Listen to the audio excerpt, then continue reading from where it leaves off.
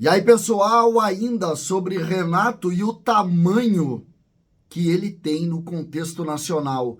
E, claro, a comparação com o Eduardo Cudê, que deu uma entrevista muito forte após o empate do Internacional. O que passa pela cabeça dos dois treinadores da dupla Grenal? Vamos fazer um comparativo? César Cidade Dias falando de Grêmio aqui no YouTube, papo de gremista para gremista. Agora, MediaNet 600 mega por R$ 69,90 aqui no canal do CCD. Você tem a oportunidade de ter 100% fibra ótica com a MediaNet. Você não vai se arrepender. Internet de verdade, Porto Alegre, região metropolitana, cidades como Santa Maria, Bagé, Alegrete, Uruguaiana. Não deixe de conhecer MediaNet. É quem coloca a internet aqui em casa e que vai colocar na sua também. MediaNet, fale com eles pelo link da descrição. Gente, no sábado uma entrevista muito forte e uma figura criada por Renato Portaluppi. No domingo, uma entrevista muito forte do treinador do Internacional. Vocês me conhecem já há muito tempo e eu não sou muito dessa flauta rasa. E, portanto, eu não vou entrar muito nessa coisa de brincadeirinha aqui, porque eu acho que a gente está diante de um assunto muito sério. O nível de estresse e pressão do futebol atualmente. Renato é uma liderança, talvez a maior liderança nacional. Tem um vídeo que eu postei no Reels, do meu Instagram e também no Twitter ali, o Natan postou pra gente, e também no TikTok, enfim, que fala de um gráfico sobre arbitragem no Google no intervalo de 1 ano. Buscas por arbitragem. Qual foi o maior dia do pico histórico de 5 anos? Quando o Renato entrou e fez aquela figura que fez o tamanho de Renato no contexto nacional. Ou seja, é dessa liderança que nós estamos falando. O maior líder político do futebol brasileiro, o maior figurão do futebol brasileiro é técnico do Grêmio. Sem nenhuma dúvida. Do futebol brasileiro. Gostem ou não, e vocês sabem que eu tenho diferenças importantes com o Renato, mas ele é o maior líder do futebol brasileiro. E ele está estressado. Em determinado momento, o Renato disse: por mim, eu pedi a demissão e ia para a praia.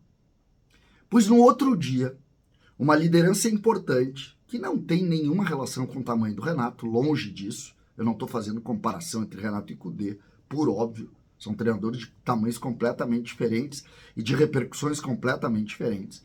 Mas é um treinador que o torcedor do Inter gosta e que tem estabilidade no emprego, é um dos mais bem remunerados do país e que tem dentro do Internacional muito respeito. E eu não estou fazendo nenhum tipo de ironia, é verdade isso. E ele, em determinado momento, ele fala da dificuldade do ambiente e diz: será que o problema sou eu? O que isso quer dizer? Que o nível de estresse do futebol, o nível de pressão do futebol, ele está ganhando proporções que merecem que a gente pense. A comunicação mudou. Hoje as redes sociais estão muito mais fortes. Elas chegam muito mais fácil neste ambiente. Elas acabam criando figuras que levam recortes sempre muito negativos aos processos todos. Ninguém faz um recorte de um elogio e manda para alguém. As pessoas recortam só o lado crítico. Aí a gente pode pegar, inclusive, o meu episódio com o Renato. Vocês acham que o Renato escuta o sala de redação? Claro que não. Então foi alguém que pegou a parte que eu critico e jogou para ele. Pegou a parte que eu condenei ele e jogou para ele. E ele transformou aquilo em ódio dele contra mim, o que é do jogo. Porque eu, de fato, quando preciso criticar, vou criticar. Mas isso deixa o ambiente cada vez mais bélico. E o que a gente viu neste final de semana sobre o nível de estresse do Renato e o nível de estresse do treinador do Internacional precisam ligar uma luz sobre a nossa atividade. Por que a gente está aqui? Porque a gente ama o Grêmio, os colorados amam o Internacional e porque a gente gosta do futebol, o esporte brasileiro. E é sobre isso que eu quero falar. Até que ponto hoje este processo está sendo sadio?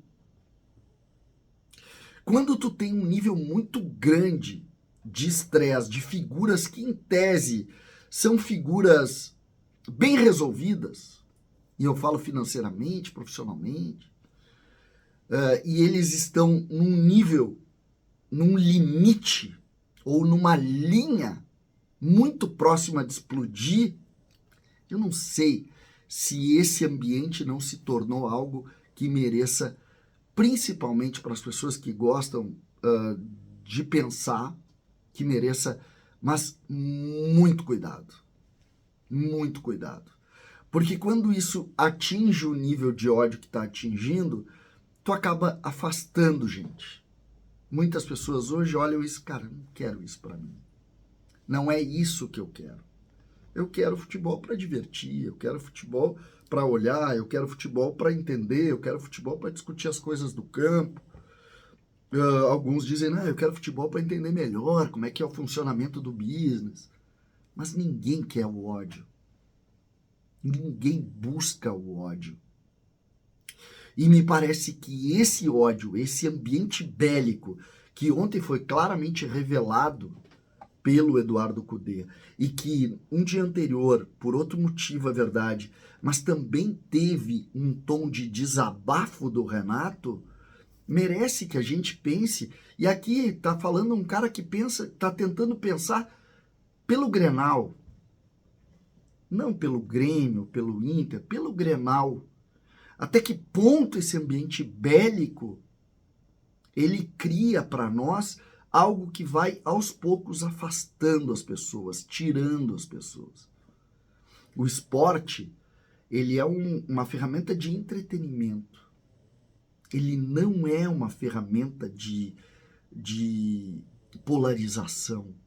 Ele não é uma ferramenta de discussão política, ideológica. Ou melhor, ele não deveria ser. Mas hoje, a sensação que dá é que eu preciso ter um inimigo. Seja um inimigo externo, seja um inimigo interno. Quando alguém faz alguma coisa, eu condeno o que ele faz. Será que é isso? O que tu pensa? Será que é condenando que alguma atitude, ou se tu olha para ti e diz o seguinte, eu tenho a minha opinião, mas eu não quero te odiar porque tu pensa diferente do que eu penso. Não quero te odiar. Eu quero apenas que tu entenda que eu não concordo com essa atitude ou que eu concordo com essa atitude. Mas não. É tudo extremo. Ontem eu estava vendo colegas meus falando do Cudê. Eu disse, meu Deus, cara, tá muito odioso. Tá ruim. Tá amargurado, sabe? Como se tivesse um monstro dentro de cada uma das pessoas. E eu confesso para vocês que este ambiente eu não gosto. Não é isso que eu procuro. Eu procuro que a gente escuta a ideia, que a gente se irrite, que a gente sofra. É da vida sofrer e se irritar. Mas que a gente não leve ódio. A gente não carregue esse ódio. Para mim, a coincidência de Renato e Cudê e os desabafos extremos poderiam, e para muitos isso vai acontecer, isso aí foi uma cortina de fumaça para não falar que os dois times jogaram mal ou não conseguiram os resultados que queriam. Não, gente. É muito mais do que isso. É muito maior do que isso. O pensamento neste momento, do nível de estresse de duas figuras importantes, é muito mais do que o que a gente está vendo dentro do campo. Muito maior. Nós estamos diante de uma linha e nós temos que escolher o caminho. Nós chegamos numa esquina. Nós vamos escolher o caminho do ódio ou nós vamos escolher o caminho de um futebol discutido, pensado, conversado, com ponto e contraponto, mas com um conceito diferente do conceito do eu contra ele. Eu acho importante essa reflexão. E para mim, quem buscar isso, o clube que conseguir isso, ele vai ter mais sorte ali na frente, porque ele vai ter mais engajamento. No conceito da briga, esse engajamento vai perder força. Ou melhor, ele vai ter muito engajamento, mas por um nicho vinculado ao ódio. César, Cidade Dias falando de Grêmio, aqui no YouTube.